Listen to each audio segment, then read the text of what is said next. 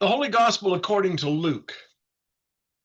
Then Jesus said to the disciples, there was a rich man who had a manager, and charges were brought to him that this man was squandering his property. So he summoned him and said to him, what is this that I hear about you? Give me an accounting of your management, because you cannot be my manager any longer. Then the manager said to himself, what will I do now that my master is taking the position away from me? I'm not strong enough to dig, and I'm ashamed to beg. I have decided what to do, that when I am dismissed as manager, people may welcome me into their homes. So summoning his master's debtors one by one, he asked the first, how much do you owe my master? He answered, 100 jugs of olive oil. He said to him, take your bill, sit down quickly, and make it 50. Then he asked another, and how much do you owe? He replied, 100 containers of wheat. He said to him, take your bill and make it 80.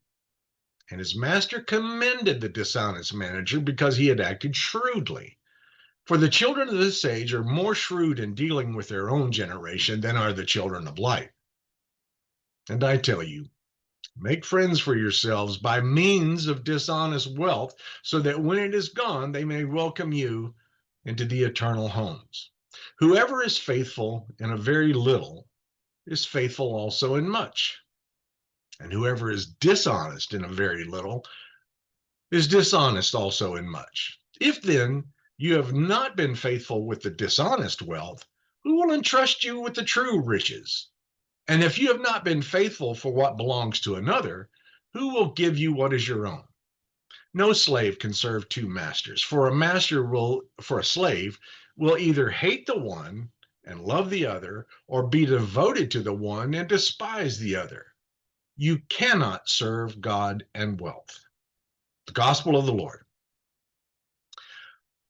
Well, I actually spoke about that, and there are other things I could say about it, but I think it was 3 years ago that we talked about that. So it's hard for me to pass up on Amos.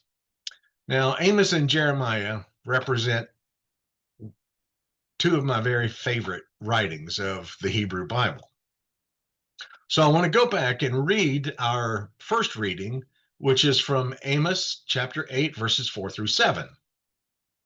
Hear this, you who trample on the needy, and bring to ruin the poor of the land, saying, when will the new moon be over so that we may sell grain, and the Sabbath so that we may offer wheat for sale?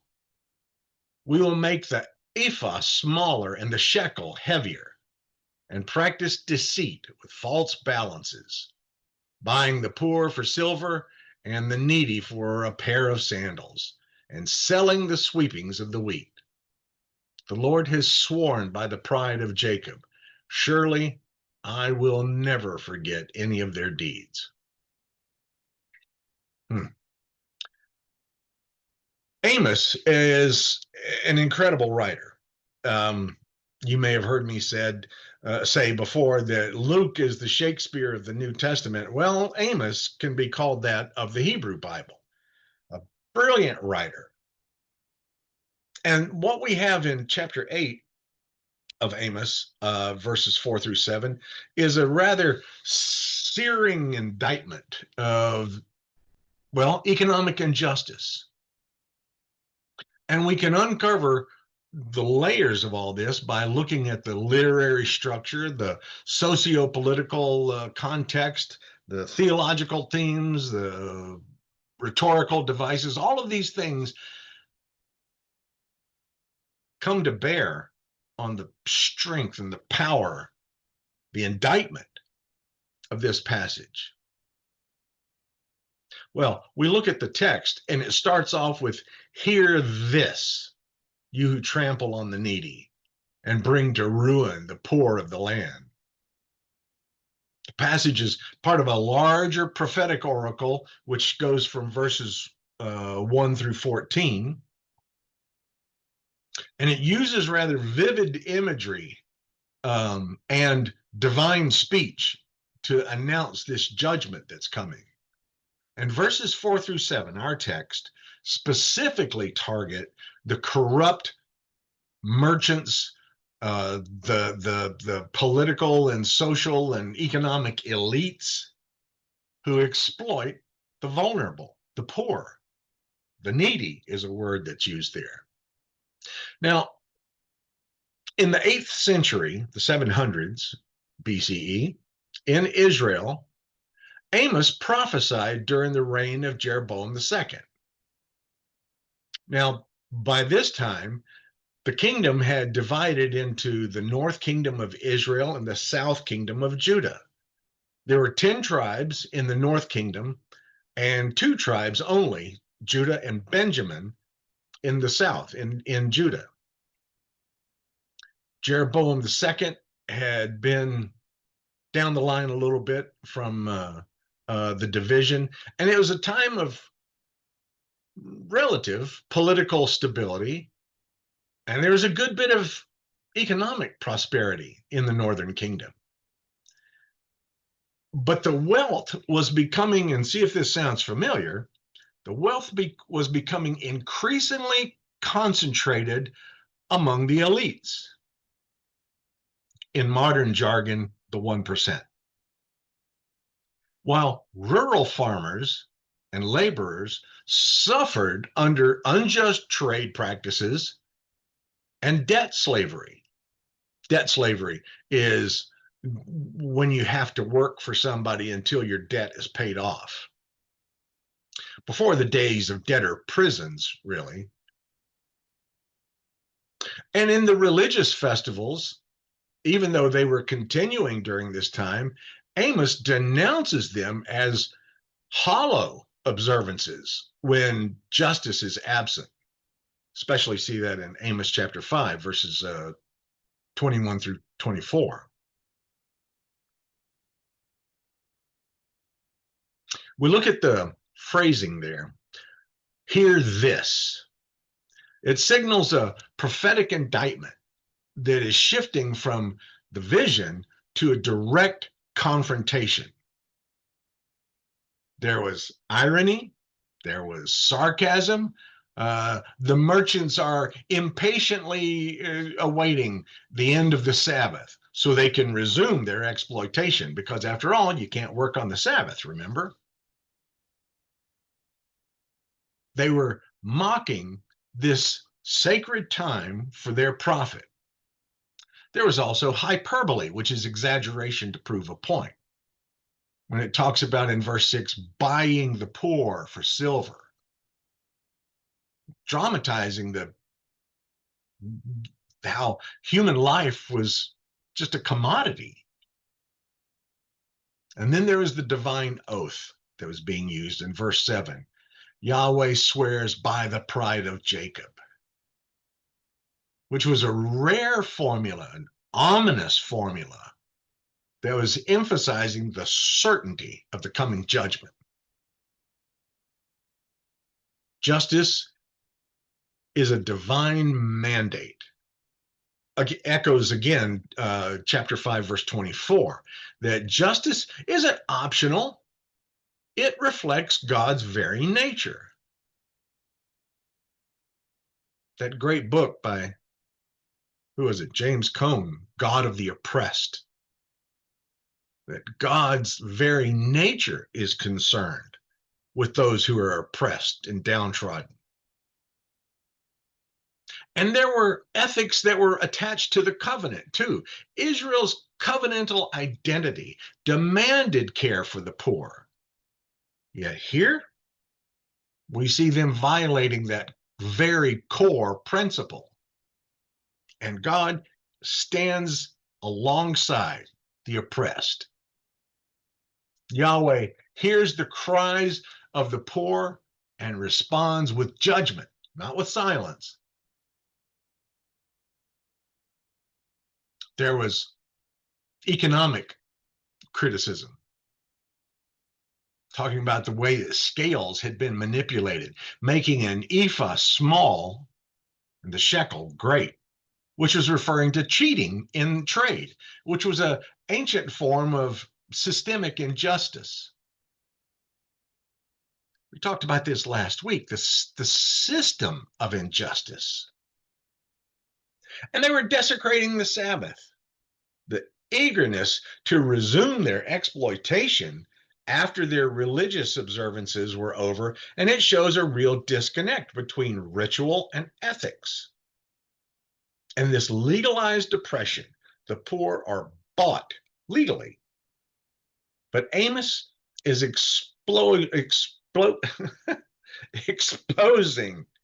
the moral bankruptcy behind such legalisms.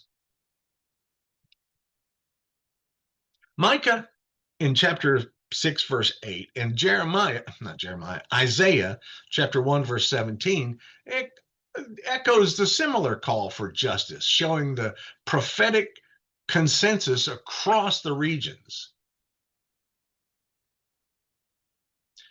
This passage resonates with modern critiques of capitalism and systemic inequality.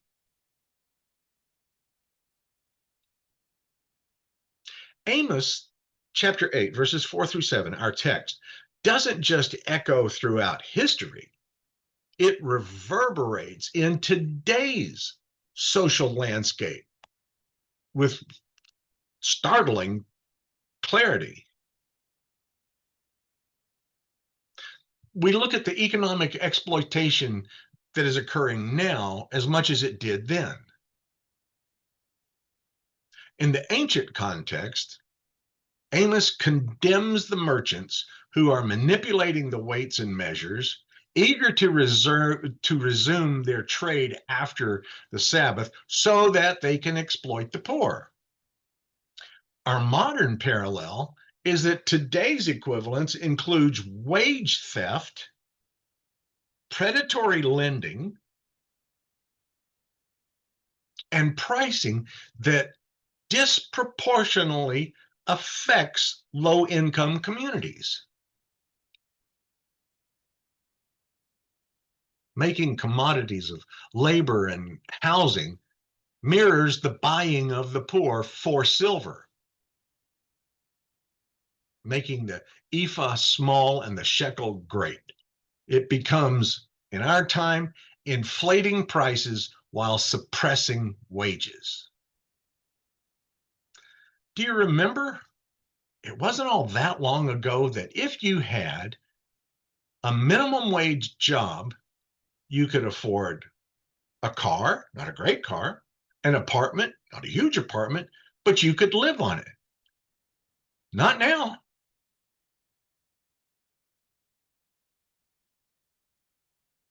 Suppressing wages because it's just the effect on raising wages to $15 at McDonald's is just going to cause Big Macs to be $12 a piece. Well, we know that Seattle did that, and the average increase in the price was about 40 cents, not 40%, 40 cents. We can do it if we have the will. What it requires is that the billionaires just make a little bit less.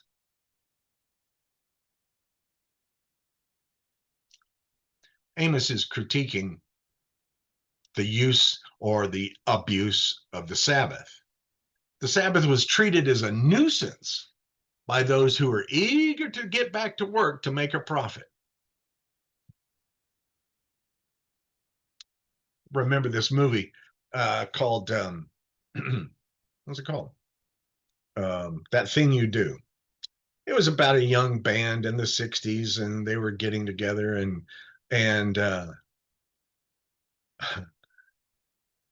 it was in there, they were talking about one of the fathers owned a appliance store, and he's reading through a advertisement in the local newspaper, and he sees that this one place, which was a competitor of his, they're now open on Sunday. And the father says, I don't think I want to work in a country where you have to be open on Sunday. And now every place, almost every place, is open on a Sunday. It's not a nuisance. Amos is quick to tell us that. In a 24/7 economy like we have, rest is often sacrificed for productivity, and even holidays become commercialized. And workers in what we call gig economies rarely get any kind of protected time off. This raises the theological question, what does Sabbath mean in a culture that monetizes every moment? In ancient Israel, part of that systemic injustice enabled the rich to buy the needy under the guise of law. Today, structural inequalities persist through policies that favor corporations, that underfund public services, and that criminalize poverty. It's not a crime to be poor. It's a sin not to help. The poor are still bought through debt, through incarceration, through disenfranchisement. And Amos's outrage isn't just moral, it's systemic. Justice isn't about isolated acts. It's about, if we want real justice, it's about dismantling these unjust frameworks.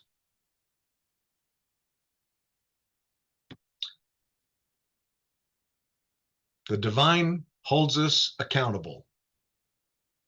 Amos chapter 8, verse 7. The Lord has sworn, I will never forget any of their deeds. We look at our time today, it's God, not algorithms, that is the ultimate witness to injustice.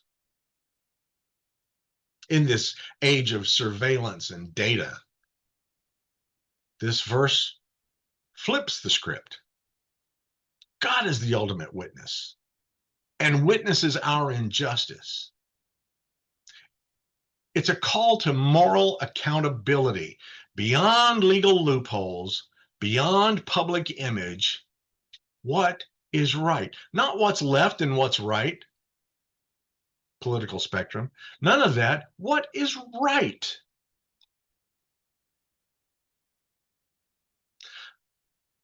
Justice is both a legal and a theological concept, and everyone participates in systems that do both justice and injustice.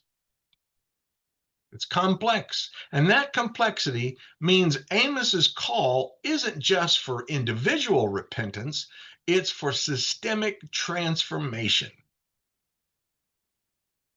As we translate Amos into today's globalized society, it requires a little nuance. Nowadays, prosperity looks like GDP, gross domestic product, and tech access, not grain and land. We look at the Dow Jones or the NASDAQ and oh, look, it's at record highs. Yeah, but that's not getting to the poor. It's not getting to the disenfranchised. That's the scale of prosperity for the wealthy. It's not grain and land anymore, but it is food. The moral questions are as glaring now as they were in Amos's time. What are we going to do about it? To sit still, to do nothing. Dietrich Bonhoeffer said, silence in the face of evil is itself evil. It's time for us to talk. Time for us to speak loudly. I don't care, Democrat or Republican. The trampling of the poor cannot be tolerated.